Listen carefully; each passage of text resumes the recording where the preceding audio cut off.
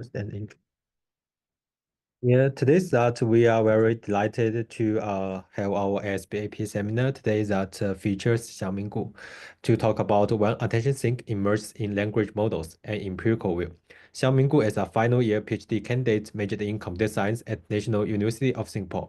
Before that, he obtained his bachelor degree of electronic engineering and bachelor degrees of finance from the Tsinghua University in 2021. He is also a student researcher at Google DeepMind in London, United Kingdom. He was a research intern at CAI Lab. Currently, his main research focuses on understanding, advancing the safety deployment of generative models. During his early PhD journey, he has also done some works on base deep learning and applications in machine learning to singing or speech domains. Let's welcome Xiaoming to start his talk today. Thank you for the nice introduction. So okay, let me start. So today my topic is when attention sync emerges in language models and empirical view. So basically this talk is based on my recent academic paper, and I will also cover a little bit about my recent co-author paper, why large language models attend to the first token. Okay. So the first question is, what is attention sync? In the left figure, we know that this is actually the default architecture for today's large language models, and it is a decoder-only transformer. And in this architecture, self-attention is, of course, one of the most important parts. And if we write this self-attention in the mathematical formula, is here. We have the queries, the product with keys, and then add plus the causal mask, then do the softmax to get the attention scores, and then weighted on the values. So if we visualize this part, the middle part, actually is called attention logics. And if we visualize this attention logics or after softmax called attention scores, we can observe that on the first token, there is a much higher large attention values than other tokens.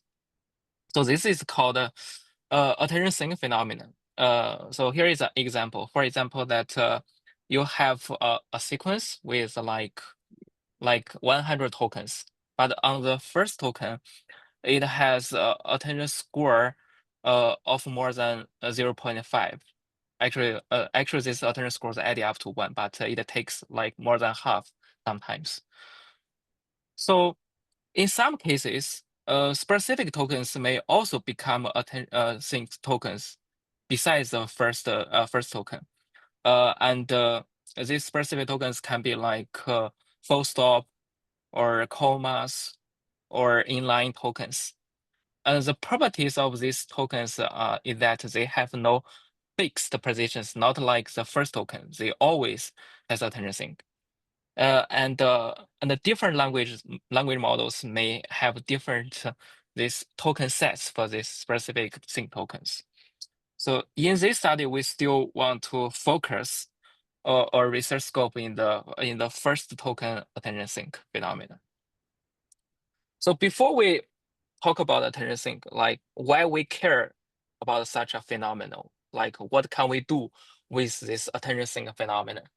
Actually, there are a lot of applications. For example, in the first paper, which defines this phenomenon, that they propose attention sync can be used for long context understanding or generation.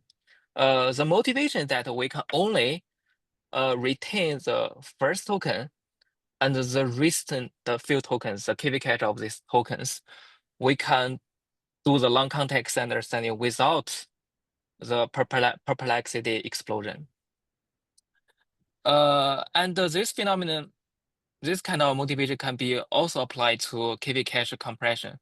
And you can think about that you can only retain the KV cache of first and the recent tokens.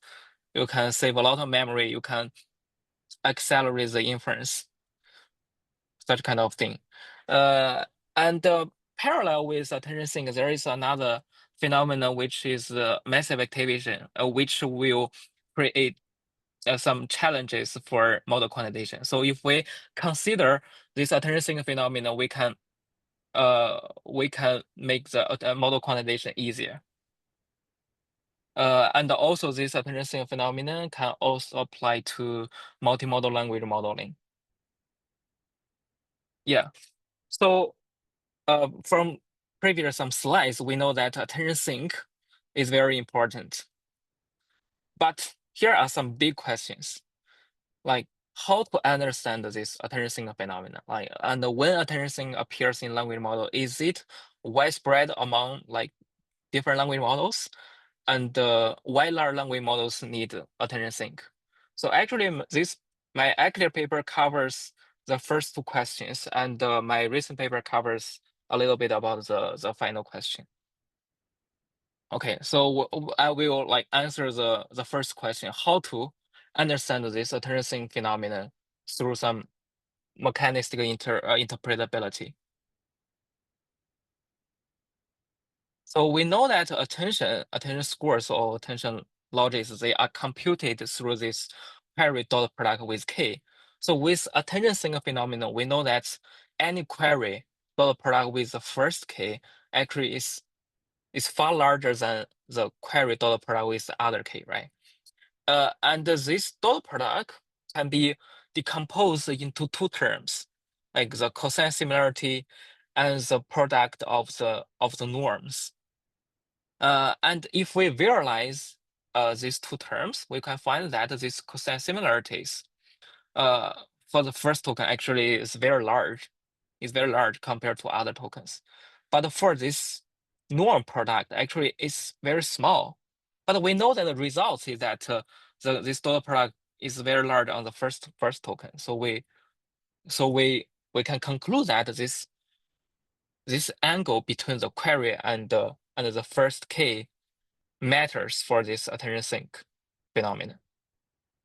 And this can give us an intuition that maybe the first k, like the k of the sync token, is kind of distributed in a different manifold, because any query, when you like compute the angles between any query and the first k, you can get a very large cosine similarities. So it seems like this first k is different compared to other tokens.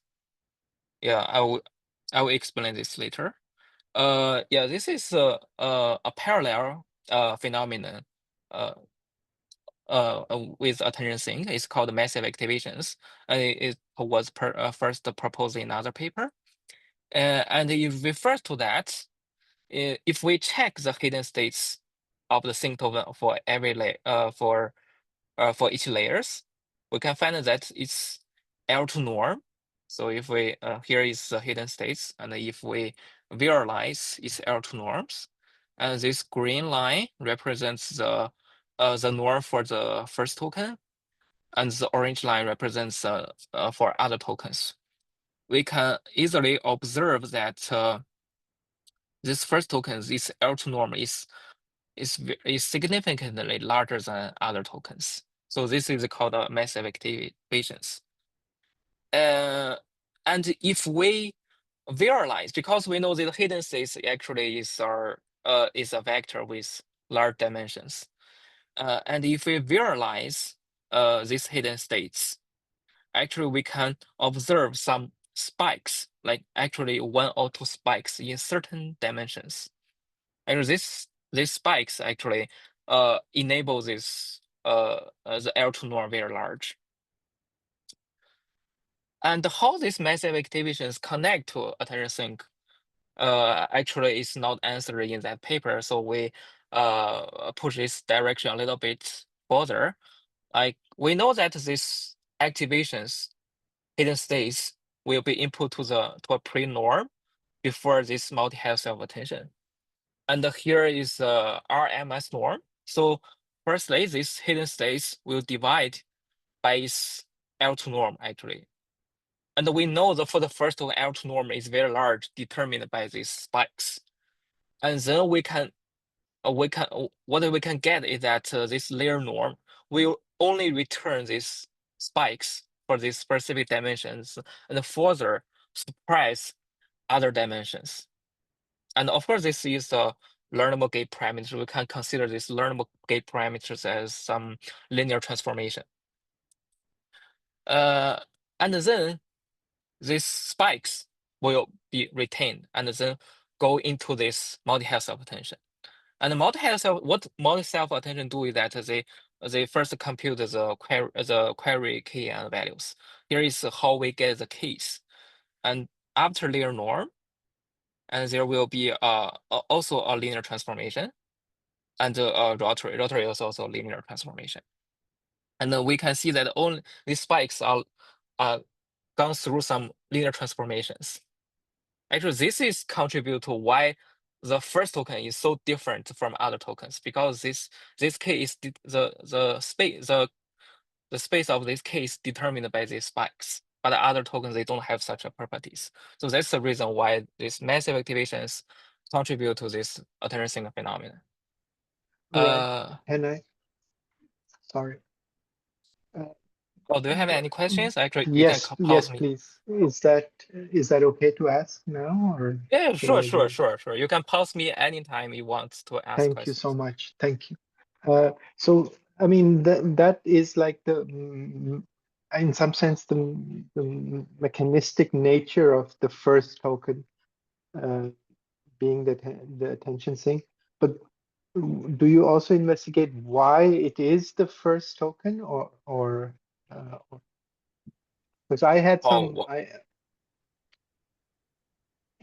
okay, because yeah, my intuition was that the first token in some sense has very little information content because of the yes, causal yes. attention, and so it Yeah, becomes kind of actually, like a glow. Ah, okay, okay. I let you answer. Sorry. yeah, actually, okay, maybe I could go with this part first. Actually, No, yeah, no, please. some people, okay, I don't want okay, to. I don't want to. Yeah. okay, Screw up I your will, presentation. oh, okay, Okay, no, never perfect, mind then. perfect, I will explain this later, yeah. perfect, perfect. Okay, Thank okay. Now we cover the like this the why the first case very different, and we also find that the values for the first token is also very special. So if we visualize, compare the norm L2 norm of case and the values, we can also find that especially for these values, the value for the first token is very small in L2 norm. Actually, if we want to understand this from the internal states, we can consider that these spikes under go through this linear transformation. Maybe this linear transformation like is zero space for these spikes. Then you can get very small values. Yeah. And we know that attention sync always happen in the first token. So why this first token is so special? Yeah, the attention sync always happen here. Yeah, actually the uniqueness of the first token is that due to the causal mask, actually because it's the first one, so it's the calculation of its hidden states. It's not involved in the self-attention. It can only self-attention with itself. So it's kind of like this. The how to compute this hidden states for the first token is is is like the MLP, not right, not related to the attention modules. And so language models learn to map this first token. I mean, I understand the first token can vary, but it's still limited to the size of vocabulary, right? And large language models learn to map this first token to the massive activations. Then these massive activations contribute to the K and the values. Then the attention phenomenon appears. Uh, yeah, it's a little different from like it's not about the global information, because with the causal mask, the first token cannot see the future tokens. It cannot store informations. you. This Right. is a little different. different from the registers in vision Ah, transformers. I okay. know that. I see. Yeah, there is a. I know there is a ICLEAR 2024 paper. Actually, the best paper. They say that in the vision transformers there are some tokens which can contain the global information, which is very similar to the attention sync. But the difference is that in the vision transformers they use a band bidirectional attention Right. mask, There's no but causal mask. yeah. So they can attend to all tokens globally, so they can maybe store some information in the activations. But this case is different in language models. The first token cannot see other tokens, so it cannot store Right. informations. But Actually, every other token can see the first one, right? Every yeah, other other one tokens can. Yes. So yeah, actually, this is kind of like why they attend to the first token, because every I see. token can attend to the first one. Yeah, I Right. will explain more this Well, from thank you so much. pre-training experiments. Thank you. Yeah. And actually this part also explain that the first token cannot contain informations, because we know that the attention output is a weighted average on the values, right? Even though the first token has very large attention scores, but its values are almost zero. So actually, the zero means you cannot store information, right? Yeah, this kind of like to say that attention sync tokens cannot store information, or it's Okay. not a global. It's not about global information. Yeah. Got it. Thank you. Okay. Thank you. Uh, Yeah. So to summarize what we find in the through this mechanistic interpretability, we know that attention on the first token is very large. The value of the first token is very small. So here is what I said before. Attention output is the attention weighted average on the values. And if we decompose these two terms, is the attention multiply the first value and the attention dot product with other values. We know that the attention on the first token is very large, but the value is almost at zero. So this term may be close to zero. And but for other tokens, the attention, even though the values may be very large, but its attention is close to zero. So which means the attention output for this attention thing head, its output almost zero. So actually there is a question like, is attention thing head is doing nothing? Because the output is close to zero. So how to understand this? Actually it's covered in my recent paper, so I will retain this question to the final question here. Okay. So now we have a basic understanding of attention thing, but it's still we don't know like why this attention thing appears in language models, and like is this a widespread phenomenon, or like what kind of learned language model architecture, what kind of pre-training would results in attention sync? This is not answered through this mechanistic interpretability. So what we do is that we want to know when attention sync appears in language models. So before we answer this question, we need to define. We need to define some metrics to define this attention sync phenomenon, because the attention sync is initially defined as the first token is attention is significantly larger than other tokens, but it's a vague description. How to quantitative quantitatively measure this is still is not no one has done this before. So we first give some metrics for this attention sync. So here is attention maps, attention scores, and actually each square represents the attention scores. And we can compute some important score. For example, this color represents the attention of the first token to other tokens. So we can average each columns to get the importance score of each token. And we can set some threshold, like within each attention head, we can use a threshold to decide whether this head is attention sync head. And we know that the large language models have multiple heads and multiple layers. And then we can compute an average metric on this overall heads. And actually, this threshold is manually selected, like 0.5. Right? Actually, it's a very large threshold for to determine attention sync. So now we have this metric to see like how many heads attention sync had in language models. And actually first is the instance thing is to do like we can check open source language models using this metric. So we check a lot of open source language models with different skills, with different model families. And we notice that this attention sync is quite widespread in various language models, different families and different skills.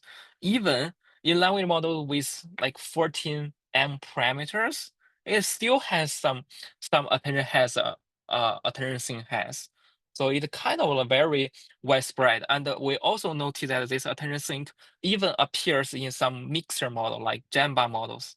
Like they mix some Mamba modules and attention modules. And even though like these Jamba models have like 4 attention layers, they still have attention sync has. And we also check these pre-trained models and some post-trained language models. And we find that this attention sync phenomenon already emerged in language model, pre-trained language models, and the post-training seems to like not very impactful on this phenomenon. So we can conclude that this attention sync already emerged in language model pre-training. And we have already checked like when attention sync appears in different language models. We also want to like check when attention sync appears in different input, and we want to see whether different input can affect attention sync. Actually, we first check that because we know that we always put the BOS token in the first place. We first check whether this attention sync always appears on BOS token, and we find that no matter which token on the first token, it always has attention sync. So it is not really related to BOS for most large language models. Actually, I have some experiments to show that why I say here for most language models. And we use some natural language models as the input, like from different domains, and we find that attention sync still appears. And we also use even randomly sampled some tokens from the tokenizer. Like for I randomly sample like 100 tokens from the tokenizer, and it still has attention sync on the first token.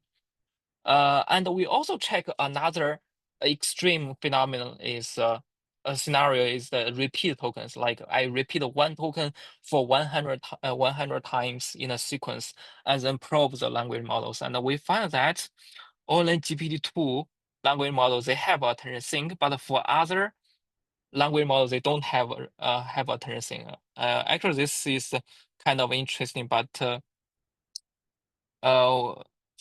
yeah, we actually to give a conclusion here is that we find these language models with if they have the no that means no position embeddings or relative position embedding or alibi or rotary, they will have the same. Actually, under these repeat tokens, they will have the same hidden states.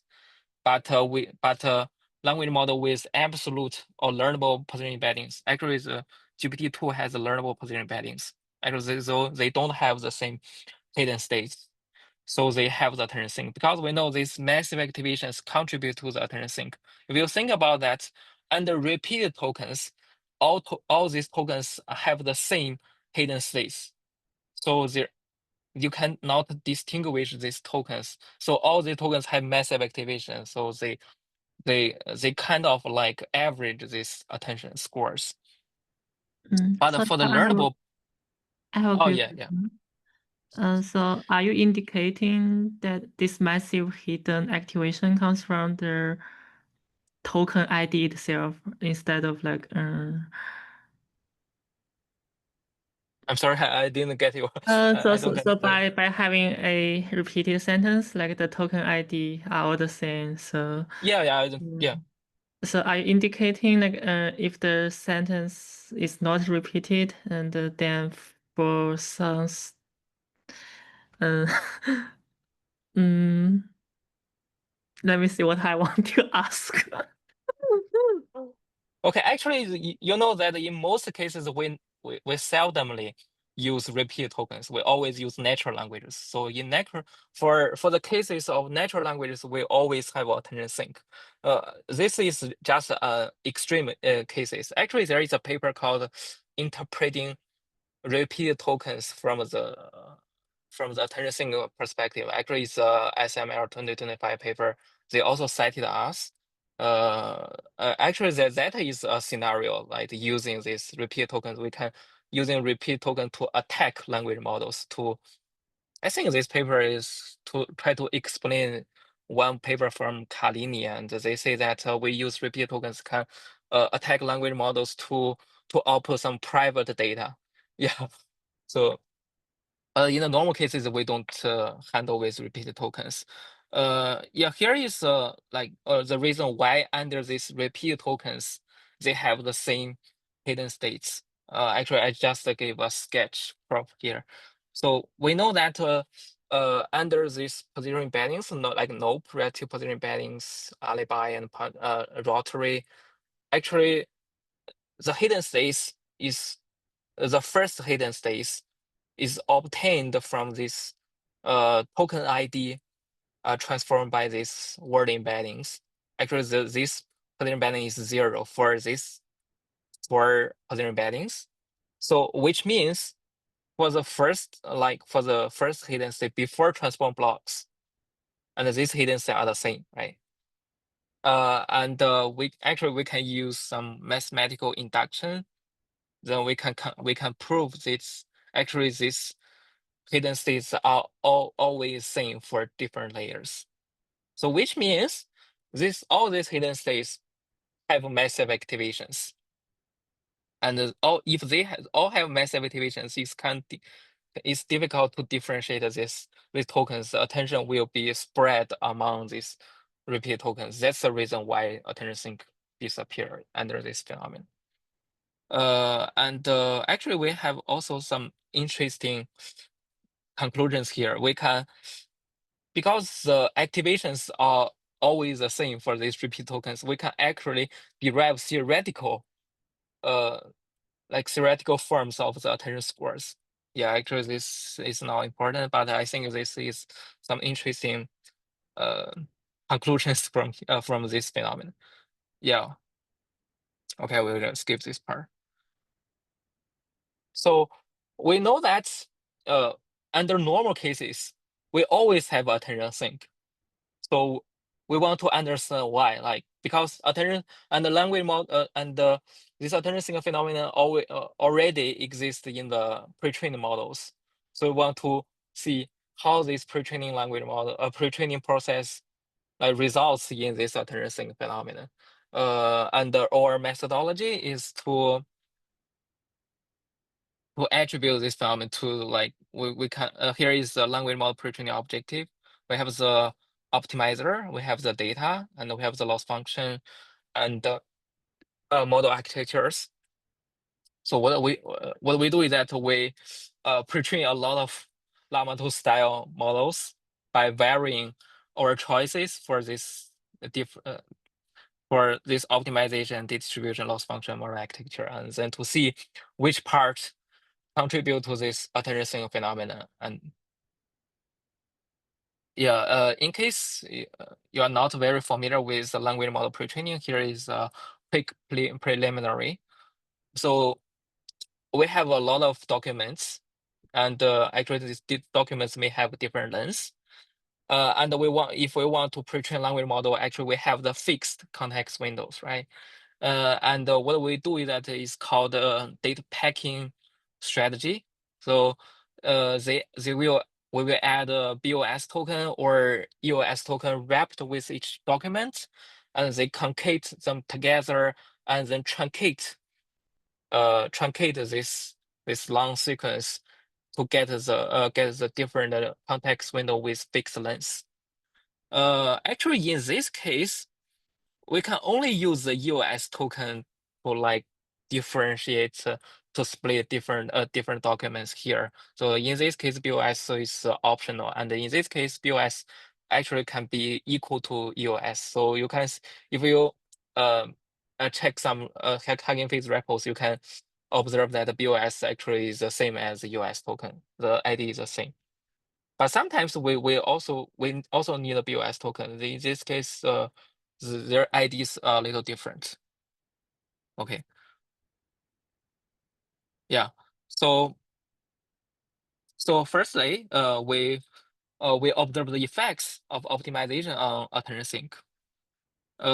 Actually, our first observation is that randomly initialized language models, they do not have attention sync, and it appears during the pre-training. Actually, we observed after several training steps, this attention sync phenomena becomes much more obvious with the training progress. As you can see, this purple lines, attention sync, the number of the ratio of attention sync heads are increasing. And we also find that this learning rates is kind of interesting. If we use small learning rate, we can find that this attention sync becomes less obvious than larger learning rates. And we also conduct a control experiment, like and we find that, for example, we keep the learning rates, multiply this training step, we keep this product the same, and then observe the effects of learning rates. We find that these small learning rates not only slow down the emergence of attention sync, but also mitigate the attention sync. For example, here, if we use a very large learner like this one, and we train the like 10K training steps, this is attention sync. But if we use a smaller, like here is smaller learning rates, attention sync becomes less obvious. Yeah. Okay, then we move to the data distribution. So actually in this talk, I only highlight some interesting conclusions. You can see my original paper for more conclusions. For this distribution, actually we first experiment with unique training data amount. For example, you have 5 billion tokens, and you can repeat this for like 100 epochs. And we find this unique actually this training step are represented like the whole training tokens, not the unique training tokens. So we varying these unique training tokens. Like if we use very small unique training token, like only 100 million tokens, the attention cannot appear, cannot emerge under such settings. They only appear when you have enough unique training data. Yeah, here is and some people may like ask whether this is related to overfitting. Actually, when we visualize this training dynamics, we find that even though actually in this point, for this point, the model is already overfitting, but the attention thing is still very low. So actually, it's not related to the overfitting. Yeah. And to the model size, do you think it's related to the model size as well? So yeah, for of the course. right. Yeah, when you use very small models, actually the sync is very it's not very obvious, but Okay. actually the smallest model we use is the 14 14M parameters. If you see here, the PySia models, they have I see. 14 models, they still have at least one layer they have attention sync has, actually, which is very interesting, even appears in small models. But we have not checked even smaller language models. But from my experience, when you have very shallow language model, like only 1 or 2 layers, this phenomenon may disappear. But we have not reported this experiment yet in our paper,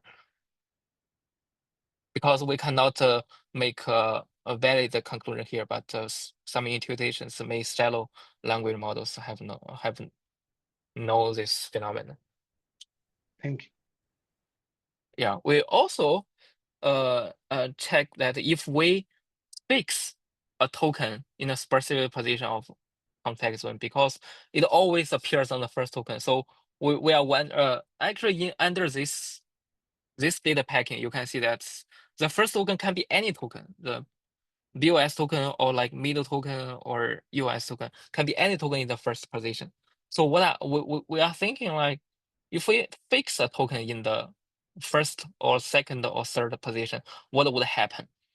And we find some interesting conclusions that if we fix the first token, fix the any token you can put it in the first token, and the attention sync will appear on the first one. This is kind of obvious. But if we put a fixed token on the second token or the third token, attention sync will appear in that position, not on the first token.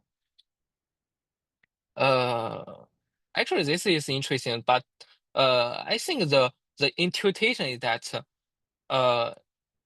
in the normal settings, when we don't fix any tokens, the large language models learn to map the first token to the massive activation, then result to the attention sync. And if we fix a token one, actually it's easier for language models to map only this token embedding to the massive activations, right? But when we fix the token in the second one, large language model are also very, very easy to map like any token and then the second token. This put together to massive activations, and the massive activation appears on these fixed tokens. I think this is the intuition of why attention sync appears to that position. Yeah, the fixed token will become the sync token. Yeah, this is from the data distribution part. And we also check the loss functions. Here is auto-regressive loss. And if we add a weight decay in this auto-regressive loss, we find that this weight decay kind of encourage this attention sync phenomenon. Like if we don't use weight decay, they still have the attention sync, but if we increase the values of weight decay, and we can find that attention sync significantly encouraged.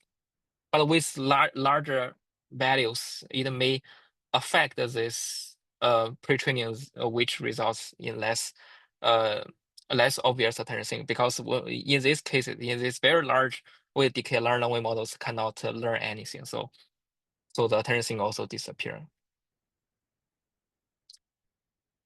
And we also check whether this attention sync always appears in the first token. So if what we do is that we use prefix language modeling, because we know that the intuition is that the future token can only see the first token, right? So it may become it becomes the attention sync. So what if we put a lot of tokens in like prefix language modeling? So these 3 tokens, they can see each other, and they can see they can be seen by future tokens.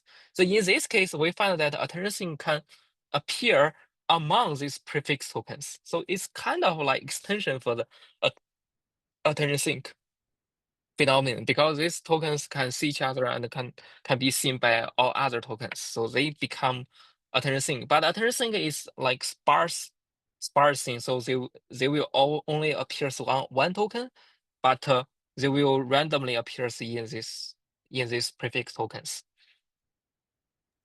Right, but then this is, in some sense, the register hypothesis, no? That these are kind of acting like registers, or Uh, the first. yes, a little. Yes. Actually, but the difference is that these prefix tokens can be different, like can be different tokens. For the register, they actually they are fixed like learnable tokens. Right. But Right. here the prefix tokens they can be any tokens. This is kind of a difference.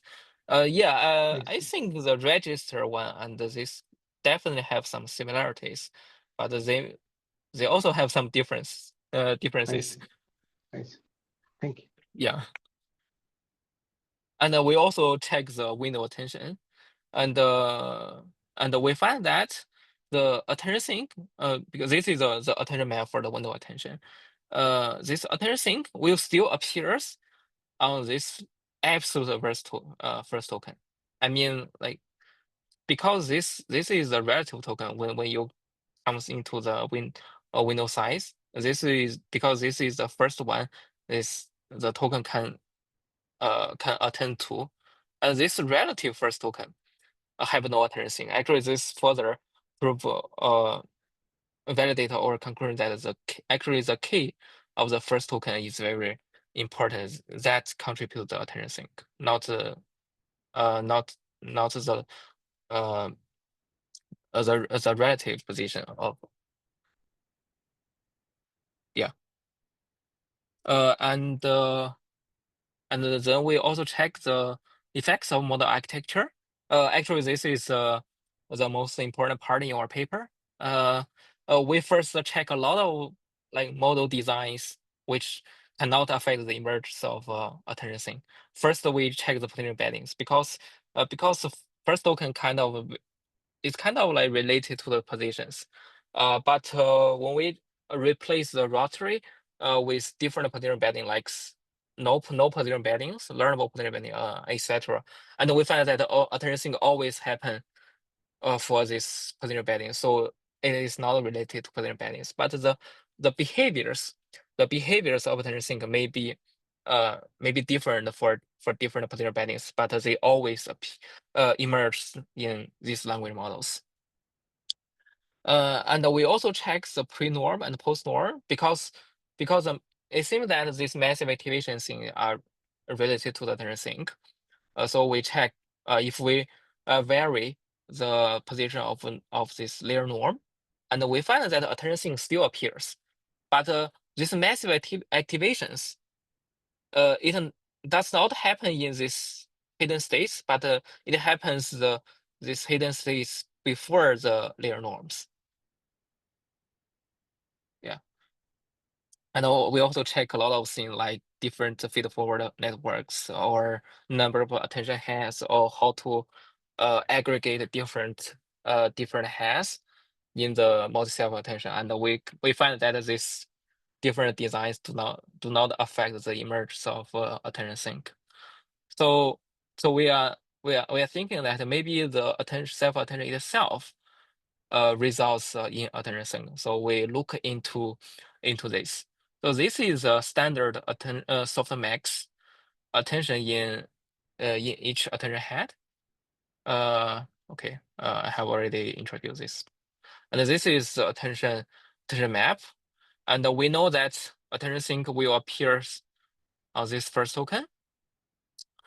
And this paper they introduce a learnable sync token. Actually, it's very similar to the register. Like you fix a token in the first Right. position. Yeah, Right. this is the register. Yes. Yes. And actually this register can be decomposed into like in this Q star, K star, and V star. I want to differentiate this register with other normal tokens. This is learnable sync tokens. We call this query key values for this register token as a bias, and we find that so this first one becomes this register or learnable sync token, and this is the actual token. and we observed that this attention sync appears on this learnable sync token because it becomes the first token. Yeah, this is also understandable, right? Because this register token appears in the first token, it, of course, will become the sync token. And there is another experiment. Because we know that this register actually introduces the query key value biases. Actually, this query bias is not important because these query biases are not used by other tokens. They only use the k and values for the first token. So And in this paper, so in this paper, did they also maybe try with this X star sprinkled somehow in the between, like between the between the token, like between not in the the first, inputs? Exactly, exactly. not Learnable in the yet, first, right, not in the first position, right? right. Yeah, actually, they didn't conduct such experiments, but we conduct this experiment. Actually, is Okay, this one. nice. You remember Okay. this one? Yeah, Yes, actually, yes. this. Yeah, yes.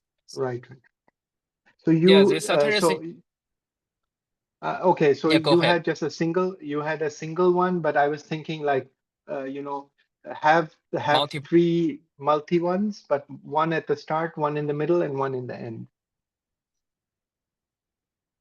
for Oh, example. yeah, I have not think about that. So, like, what kind of results will you Yes. expect Yeah. in such setup? Would be interesting to try. Yes. Yeah, definitely. Yeah. Yeah. Okay, I will move on maybe. So this query bias is not very important. Actually, the important thing that is this k bias and the value bias. So in this paper, they only retain the learnable KV bias. We also reproduce their experiments. Because this query bias disappears. So this is how attention map looks like. And this first one is actually is the learnable k bias, and we find that this attention sync also appears on this k bias, because actually it's also understandable because this k appears on the first position and it observes this attention sync. So what we do is that we move it forward. Like, I think we assume that the only important is this k bias. So we set this value bias as 0 because we, from our preliminary experiments, already know that these values learn to be very small in L2 norm. So we just set a 0 here. And we find that these large language models can still train very well, and attention sync appears on this learnable k bias. Yeah, we also have a control group, like only add a value bias here, but actually is the same as a regular setting. Yeah, here is if we summarize our results, and here star means that this bias observes the attention sync, and this one means the actual first token. We can see that this validation loss are quite similar under different settings, especially for this one, this value equals 0, 1. We can see that the sync is observed into this k bias and can still learn well. Actually, 0 is very important because we know that in our previous preliminary experiments, the value is small but not 0. This experiment validates that the values is learned to be 0, actually. Yeah, okay. And we all 0 also 0 means that you cannot store information in that tokens, right? Because the value is already 0. Is how can you store information here? Right. Yes. Okay. And we also check the massive activations of different setups. Here the blue one is the default one, because we are using relatively small language models, so they only have like 2 or 3 layers which have massive activations, but we can still observe some phenomena. Here, the default one, they have the massive activations. And if we have the register, actually the massive activation which will become much more obvious. And if we use K bias and V bias, actually the massive activation almost disappear. But when we came to the only K bias, the massive activation totally disappeared. Now, this is quite interesting because we know that actually from my previous slides, we know that the massive activations contribute to this attention sink through this special K. But now we already have the K we want. We don't need the massive activations. Yeah. So actually, this kind of large language models, because they don't have massive activations, they are easier to be quantized as a like application. Yeah. Okay. And we also conduct some interesting experiments.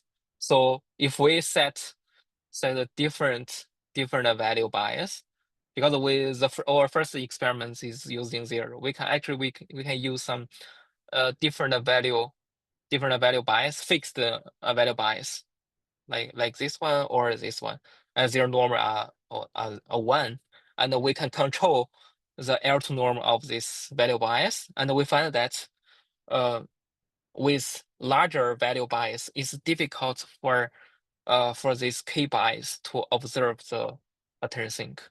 So which means that the attention sink needs to like have larger attention, but very small values. If the values are very large, it cannot have attention sink. And we also check that if we use this K bias, only very few dimensions are learnable. And with this 0V bias, we find that it can still observe significant attention sink, which further validates that this K bias actually is very actually is sparse in the space, because we know that this from the massive activation experiments, we know that they are like constructed by these spikes, and these spikes actually is only 1 or 2 dimensions. So which means this K is very sparse in the space. Yeah.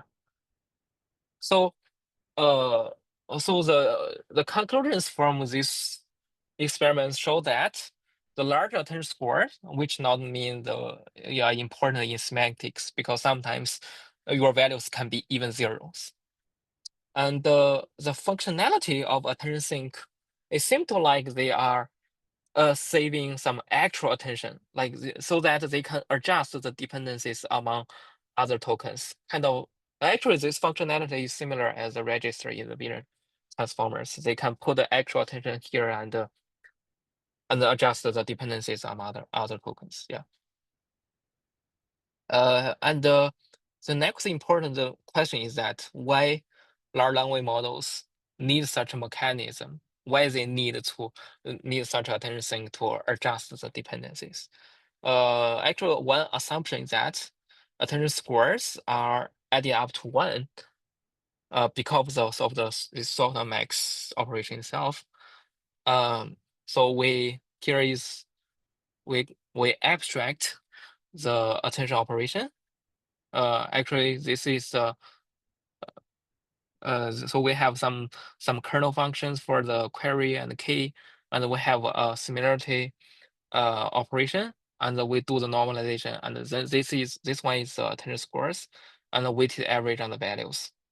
So when we use softmax, actually this similarity function is this exponential of the query dot product with k, and we have this normalization term for the softmax.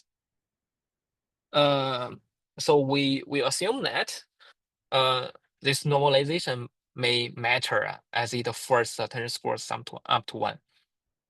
So what we do first is that we can skew the normalization term. Like we can ensure that the the attention scores are not added up to 1, but like 0.1 or 0.05, something like that, to make sure they add up to a very small values.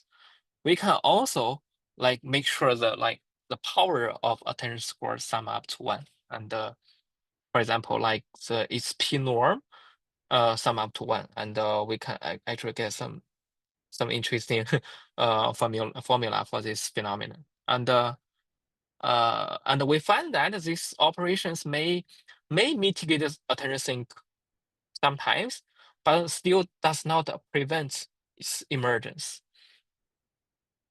So we are thinking, why not we just remove the normalization to relax these tokens' inner dependencies?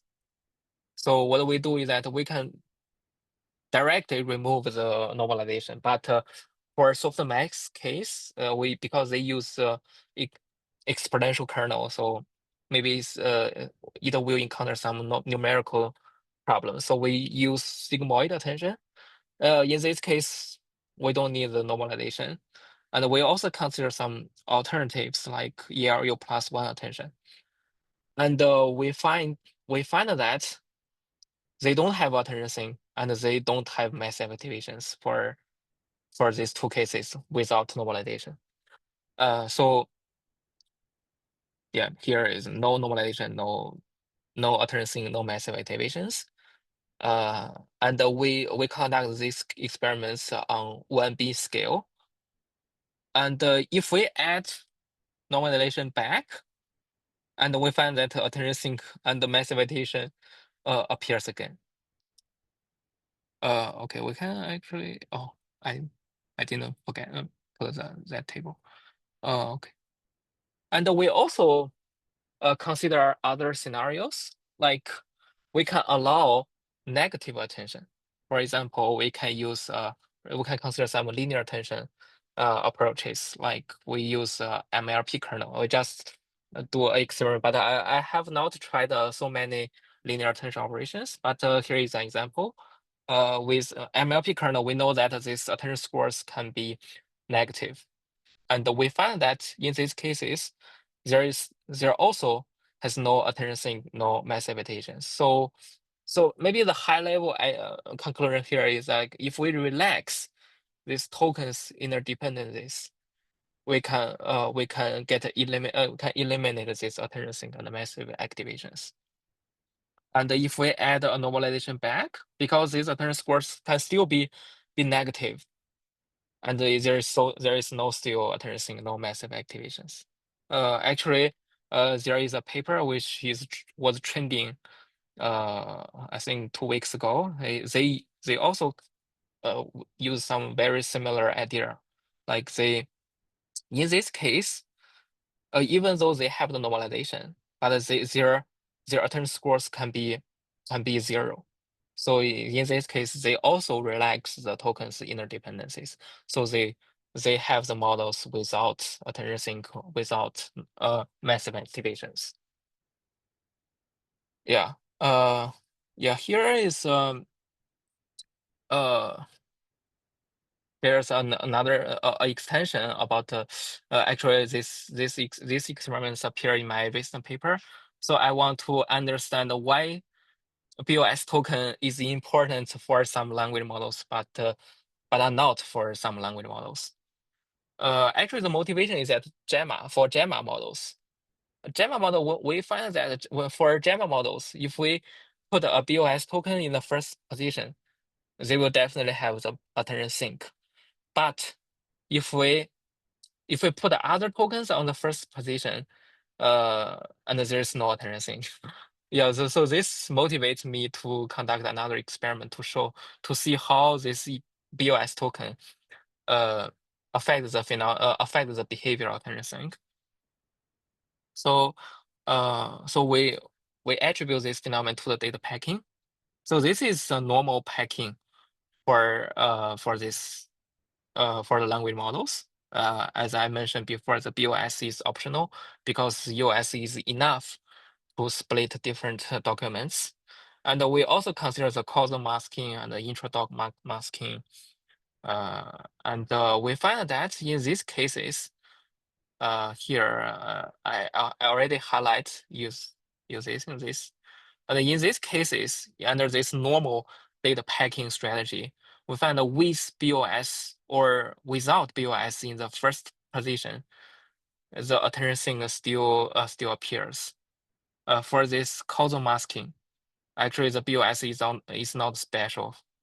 But for the intra-docking masking, if we because in this case BOS is kind of meaningful here, so we can introduce both BOS and the US during the pre-training, and we find that in this case, if we use BOS, the attention sync may be encouraged, but without a BOS, it can still work, and the attention sync still appears. So we consider another thing that we fix a BOS token in the first position of context window, as I mentioned earlier. And in this case, actually, this is kind of similar to the register. And in this case, we find that if we remove the BOS in the inference, the attention sync disappear. And meanwhile, the validation loss also degraded. So that's the reason why for these JAMA models, the BOS is so special. But I'm not sure whether JAMA models really use this data packing. But I think maybe this is the truth. Okay. Okay. I only have very few slides to explain this question: why large language models need attention sync. Actually, because this part is not my first author paper, so I actually it's from my colleague in Google DeepMind.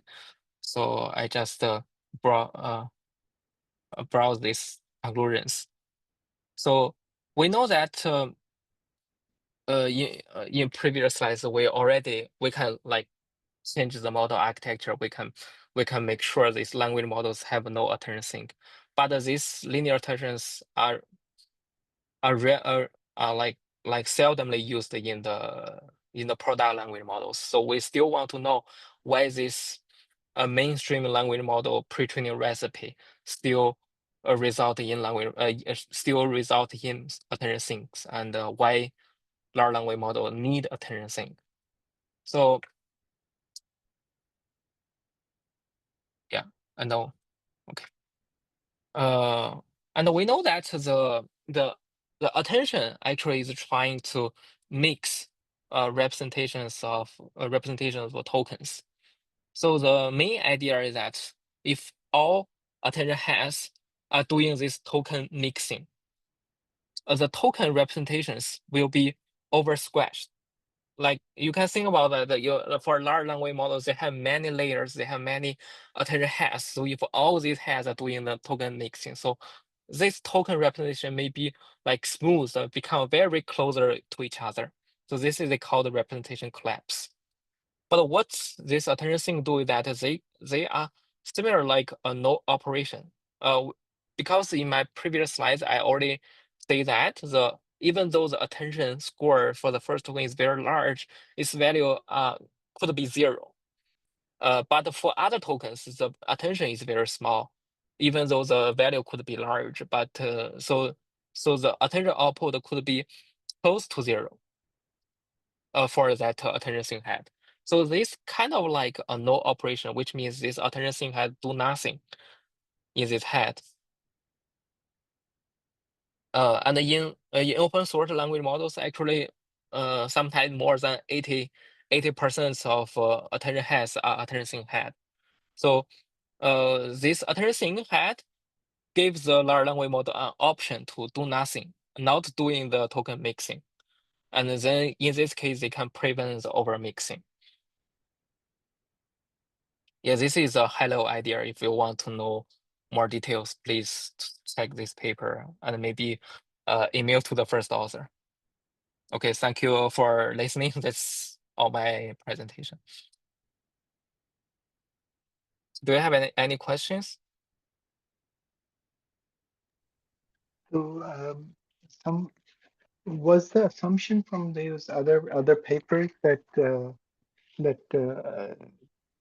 these attention sinks are bad, or is it a Oh, yeah. Actually, I think this question is quite important. I think whether attention sink is good or bad is still under debate. Actually, in this paper, I see. our paper, my co-author papers, they provide a Mhm. perspective to show that attention sink is good because they prevent overmixing. Right. But from Right. another perspective, we can think this attention sink is kind of like represents the attention redundancy because we don't need so much compute in the KV cache or something. So it's kind of represent the attention, uh, the redundancy.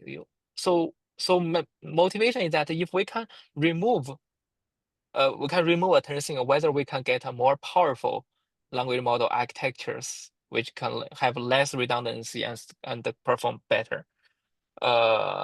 Actually, this is one of the motivation in my clear paper. But in my paper, I only try this sigmoid attention and some linear attention in small scales. But I'm not sure Mhm. about their scaling properties. But I think this attention thing provides a new perspective to show that maybe we can eliminate attention thing to get a more powerful model with less redundancies. I think some papers they are trying to validate these assumptions, but it's still open question. It's hard to say whether this attention thing is good or not.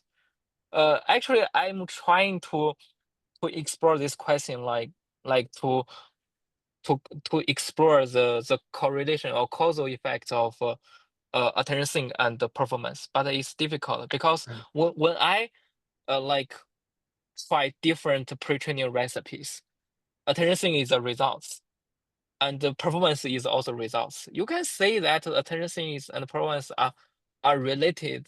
You can define is there is any causal relationship between these two variables. Yeah. Understood. So Mhm. I think it's an open question. Maybe there are more papers that need more research to like investigate this problem, this question. But I already noticed that there are some papers they claim that they mitigate alternate or eliminate alternate they can get some performance gains. I'm not sure whether There's a they. question. There's a question about that in the comments. Oh, what's your comment? Yeah, I Comment think on just the as risk? about the Queen's new paper, they say that adding the gate that can eliminate the attention sink. The gate is an output gate, just means that you do it after you do the softmax QK. Yeah.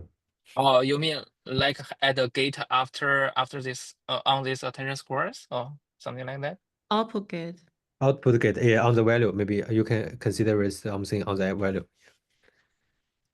Or only on the values? No, it's like you have the output. Yeah. Actually, it's on, but After I the think they are self-attention similar. mechanism, and then you apply the gating mechanism. For these values, right? This here, right? Yeah, I don't Output think like gate. But I think it's similar. Yeah. Yeah, I think it's similar. You can like relax the token inner dependencies. You can you have this gate mechanism to like you don't need to add up to one or something like that. Then you can eliminate the attention. That's my my opinion. I didn't check this paper carefully, but I think that's the idea. I remember it said my paper, but I didn't check it carefully.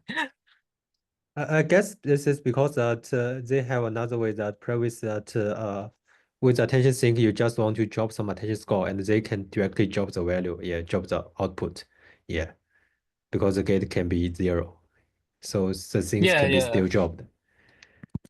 Yeah. Good point. I would have one more question, but I don't Sure. want to Sure. take. So attention sync, it seems like one kind of phenomena that you observe in the attention uh,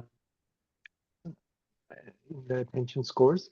Do you think there would be other phenomena as well that haven't been explored or looked at uh, that could Oh. also provide further insights into what LLMs are doing? Okay. I think there is another phenomenon. They say that okay, maybe I'll use these transformer blocks. Okay. They say that here is hidden states, and here is the residual streams after this attention, after this multi-headed attention here. So they say that this hidden states, the cosine similarities between these hidden states and these residual streams, the cosine similarity is very large, which means they also measure that this after this FFN, the radial streams is also very similar, which means that they say that in some blocks, this FFN or multi-head self-attention, they kind of do nothing. Right. Because the angles do not change a lot. I think this is another phenomenon. I'm not sure whether they have some causal connections, but I think this is another phenomenon in language models. I see. Yeah, I think language models may do some angle operations. They like they always do something in through these angles. So that's my intuition.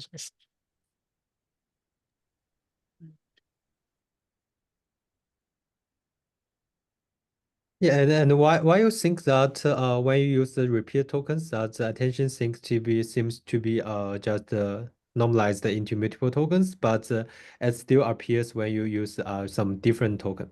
Yeah, because previously one of my observation is that for the first token, it actually have a very smaller magnitude, but as angle should as maybe no matter what you input, that it will always share the same direction, and this direction is positive to the following query.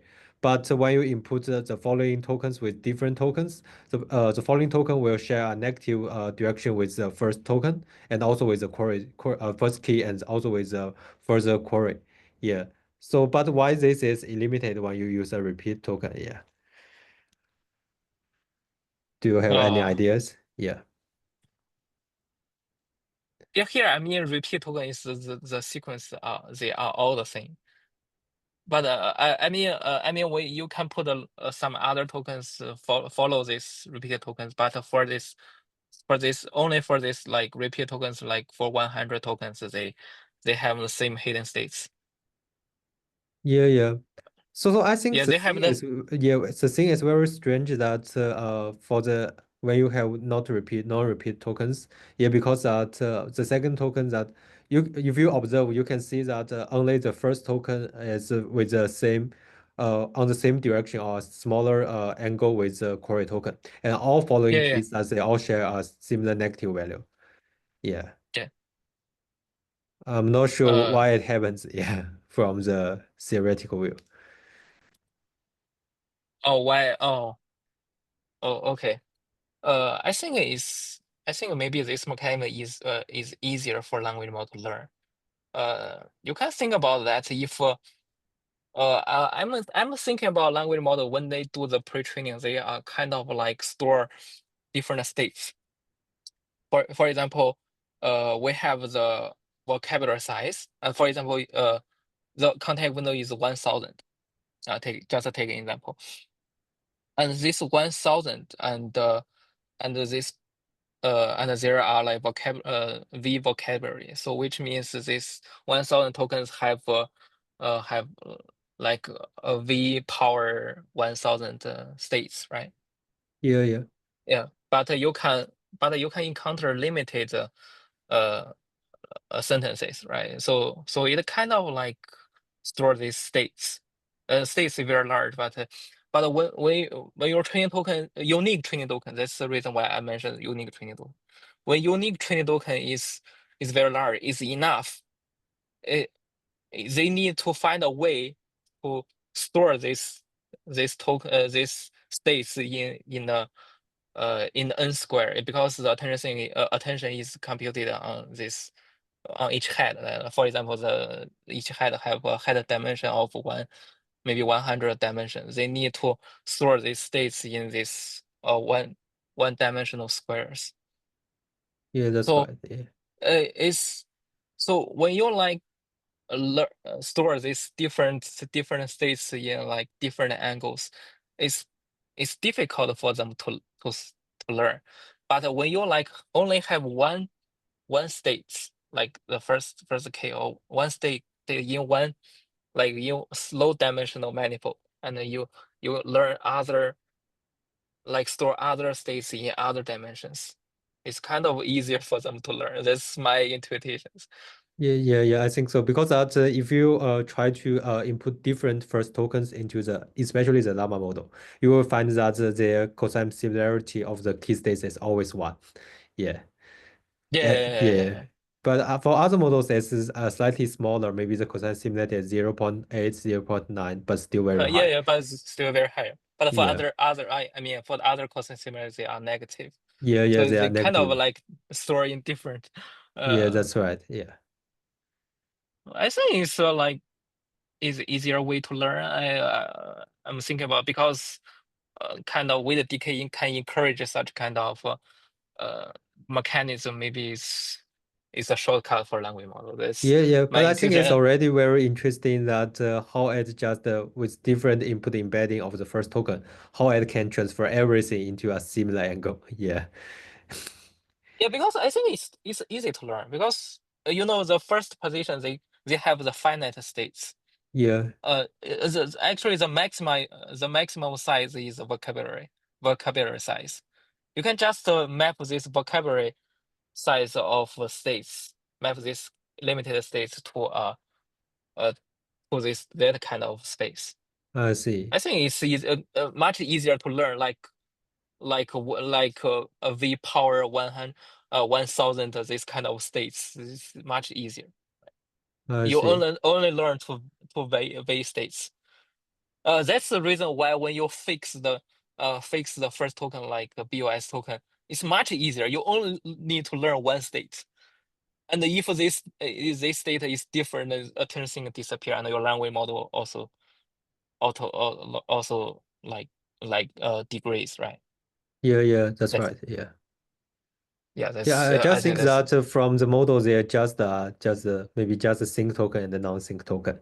Yeah, and they just maybe reprint a pure token from the vocabulary. Yeah, like the no matter one single one or the repeated case, and if you just input the two different tokens are more difficult, that its representation becomes a mixture. I think they can distinguish these two cases, resulting in the two kind of the angle. I guess. Yeah. yeah. Yeah. They can like distinguish because the second token, they can also see by all the following tokens, but there is much less attention sync on the second token, because there is already one token, one sync token. They don't need the second token, and the language models kind of learn such a mechanism. They know the first token is a sync token when the second token is not sync token already. Yeah, but Yeah. but for the repeat tokens, it's a little different, because all the hidden states, all the keys are the same, right? Yeah. Actually, the hidden states are the same. The also the keys, the key queries are all the same, so they are doing the same thing. So there's no alternate thing. For example, if we use a nope, because this query, this key are all the same, so its alternate scores is basically the 1 divided by t, Yeah, that's right? right. Yeah. Yeah, And I that's the guess reason why. that yeah, and I guess that if you, for example, in maybe just a synthetic case, that if you do an interpolation between two tokens as a first token, yeah, I guess that it can also eliminate attention sink. I guess yeah, because it's Yeah, maybe different. something to not learn by the language model. Yeah, when you like handle different tokens, they can distinguish. Yeah. Yeah, and how do you think about what you mentioned? Because I think one thing is interesting is that the attention sync can be appears in the any position, maybe of the first field in some architecture, and but they only appear once. What's your idea about why it occurs, and how we know that which position the attention sync should appear? Yeah. Do you have I think some? the Yeah, you attention can. sync always appear in the first token, I think. But you mentioned When, that in the pre-LM or just I think one interesting is that previously I will think that they will have all will be things that of the prefix part, but you mentioned that they occurs in maybe wow. a random first five position. Yeah. So you want to know like where they will appear Yeah, among these yeah, prefix tokens. yeah.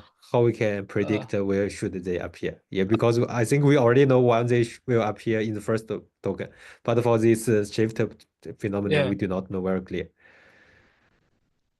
Actually, I think I don't know.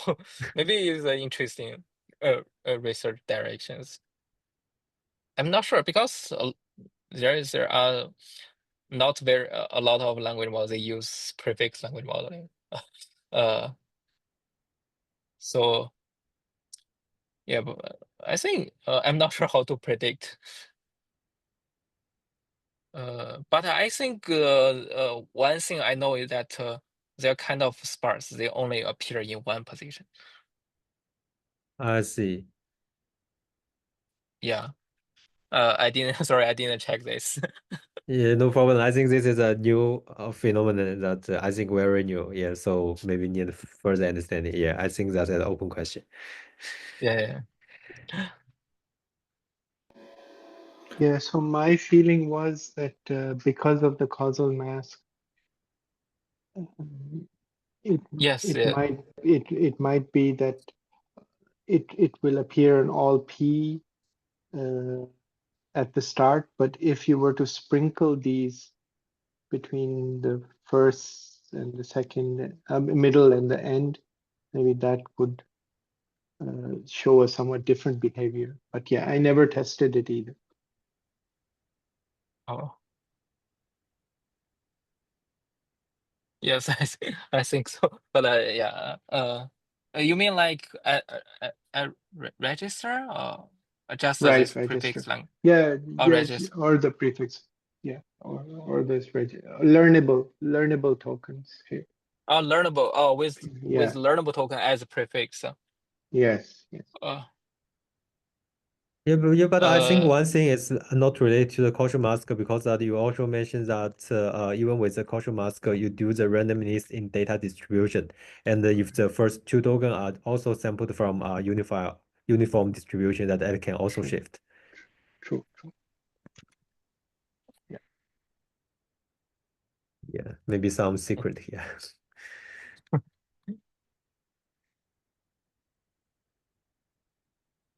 yeah. Actually, I'm also interested in uh, like what's the difference between this register in Vision transformer and attention in language models because it's kind of very similar, but we I definitely ensure that I know that these language models cannot, at least for the first token, they cannot store information. But for the vision transformer, they say they can.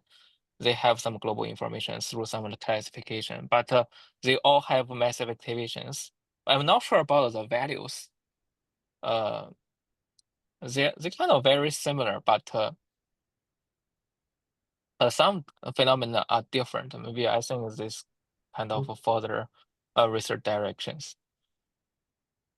Like to yeah, further understand what's the difference between attention sync and register in like right. in So vision I transformers. guess, yeah, so the hypothesis was with at least registers, was that those first few tokens had no information. So maybe if you made the whole sequence have no information with regard to the task, maybe then you wouldn't see quote unquote attention sinks in this setting. But yeah,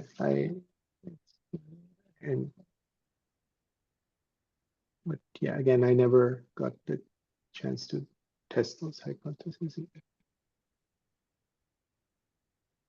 Yeah. I think maybe people in this talk can try this, because I cannot pre-train language models currently, to be honest. I see.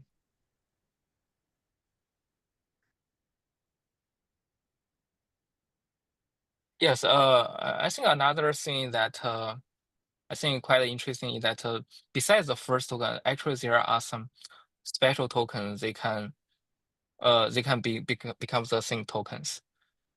And actually, I'm not sure about the mechanism of these special tokens. I think they may be also the future research directions. Because because they are not in the first token, they may store some informations. But the problem is that these special tokens are not fixed for each language model. For example, Llama 3. I remember in Llama 3 there is no special tokens which can become the sync tokens. Maybe only the BOS, if I remember it correctly. And the different language model may have different sets, so it's a little difficult to directly research on these special tokens. Yeah, even and in currently a lot of people they get interested in the reasoning models, and they have these sync tokens. These sync tokens may also become attention. I'm not sure, but I think these are the future directions, because they are still the special tokens, right? Right.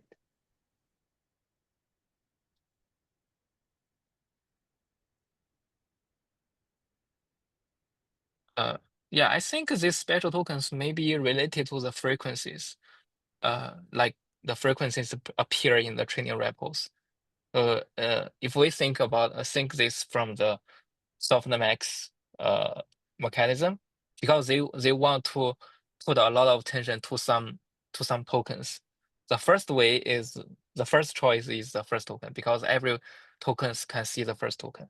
So another way, they can find some frequently appeared tokens, like because these tokens like frequently appear in the context window, they can put attention to these special tokens, and they have no semantic meanings, or which have no semantic meanings. This yeah, I think that's my understanding for these special tokens, but I have not got a chance to dig this further.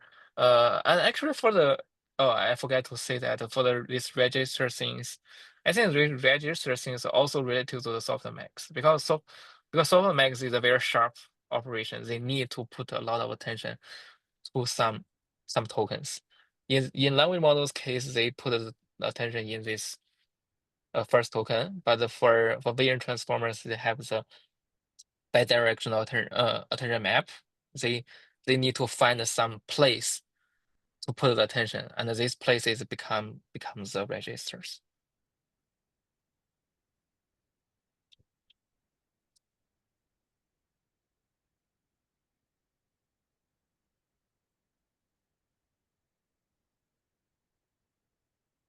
Is there any further questions?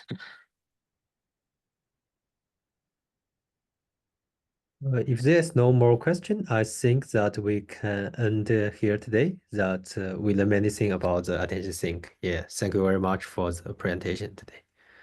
Thank you.